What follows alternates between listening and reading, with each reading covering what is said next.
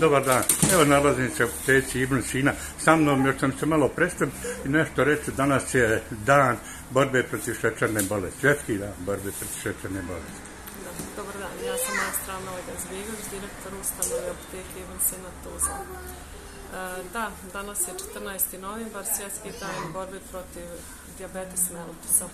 Mi kao i obično, kao član primarne zdravstvene zaštite ovog kantona, brinemo o svojim pacijentima, tako da smo i danas organizovali za naše korisnike besplatno mjerenje šećera, kao i savjetovanje kako prevenirati i nositi se sa izazovima šećerne bolesti.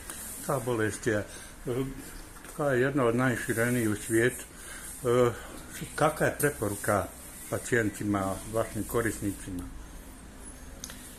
Preporuka od strane nas jeste da vodimo svom zdravlju računa na način da vodimo računa o prevenciji. U prvom redu, znači zdravim životom, prehranom i korištenjem dijetetskih preparata koji će koristiti našem zdravlju.